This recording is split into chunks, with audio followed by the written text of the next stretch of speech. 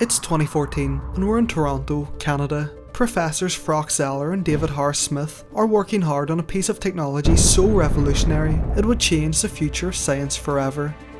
His name was HitchBOT, and he was a true feat of engineering. A plastic bucket for a head, swim noodles for limbs and a 4-foot manlet frame made him quite the creation. HitchBOT was created to participate in a genius social experiment, to answer the question on everyone's minds: could a robot develop social skills better than that of a Reddit moderator and entrust human beings? The concept of a robot uprising has been floating around for decades, and admittedly, we would all be fucked. But the question, could a robot trust us humans, had never before been considered.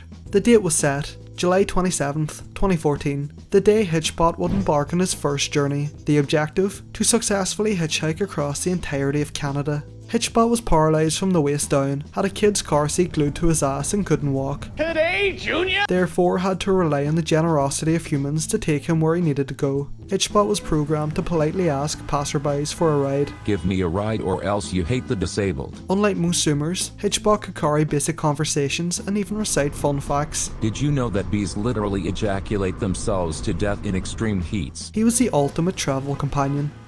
HitchBOT was equipped with a camera and GPS to document his journey and to allow the professors to track his movements. HitchBOT even had a Twitter account which quickly amassed 40,000 followers, where he would tweet updates on his journey and shitpost hentai memes.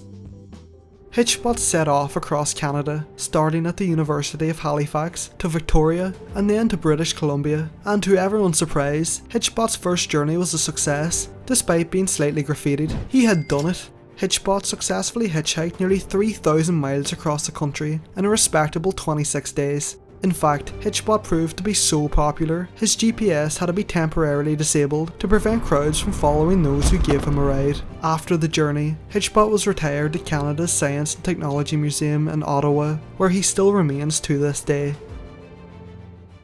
And it seemed like robots could indeed trust us human beings. However, unfortunately for HitchBOT, that thesis wouldn't last very long. His first journey was a huge success, and the people wanted more, so Frock and David created HitchBOT 2.0. The experiment would be the same, but the location would be changed. Canada was too easy. The average Canadian buys a bottle of water to set it free in the ocean, so it was obvious that this time, HitchBOT needed a tougher challenge. They decided to send him to Europe. In February 2015, HitchBOT landed in Munich. He travelled all over Germany, participated in a parade in Cologne, visited a castle used by Hitler to store stolen artwork during World War II, and even made a guest appearance in German television programme TV Total. Kannst du mich verstehen? Ist ein deutscher Privatsender, der ein And after a few weeks, HitchBOT had successfully travelled across Germany, and 4 months later would successfully hitchhike across the Netherlands too. But still, this was too easy. The professors knew they had to change the difficulty from easy mode to ultra nightmare. So where would HitchBOT go next? Afghanistan? Chernobyl? Mount Doom? Nah, even more dangerous than that. The United States of America. July 17th, 2015, HitchBOT would attempt his most treacherous journey yet. From Boston all the way to San Francisco. He even had a bucket list of everything he wanted to see and do in America, from taking a selfie with a Hollywood sign, to losing all his money gambling in Vegas. It wouldn't be easy, but if anyone could do it, it was HitchBOT.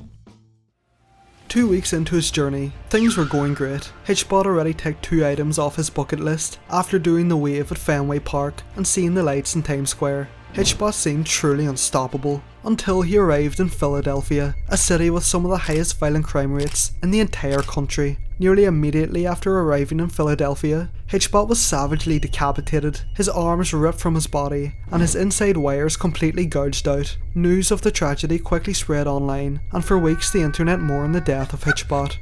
His death was a tragedy for some, and a conspiracy for others, with everyone asking the same question: who killed HitchBOT? And as it turned out, there were 2 main suspects. Suspect 1, Jesse Wellens.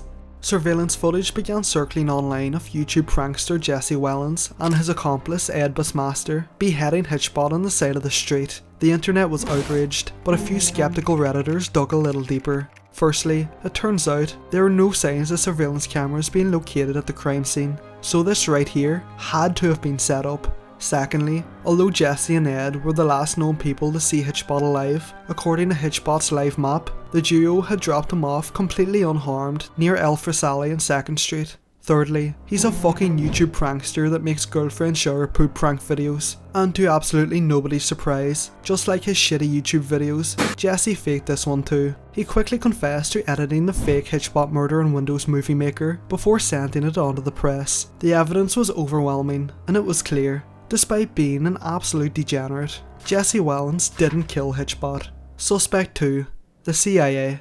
Internet neckbeards began circling a conspiracy theory that HitchBOT was actually a Canadian spy sent to the United States to obtain classified information. Apparently, the CIA was tipped off about this, and thus, a hit was ordered on HitchBOT.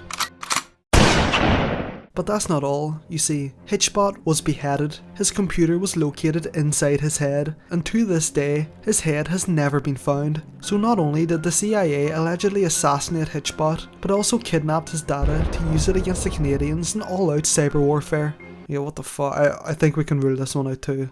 Unfortunately for us all, to this day, the killer has never been found. He's still out there somewhere, roaming the dark streets of Philadelphia looking for his next victim, with a swim noodle in one hand and HitchBOT's decapitated fucking head in the other.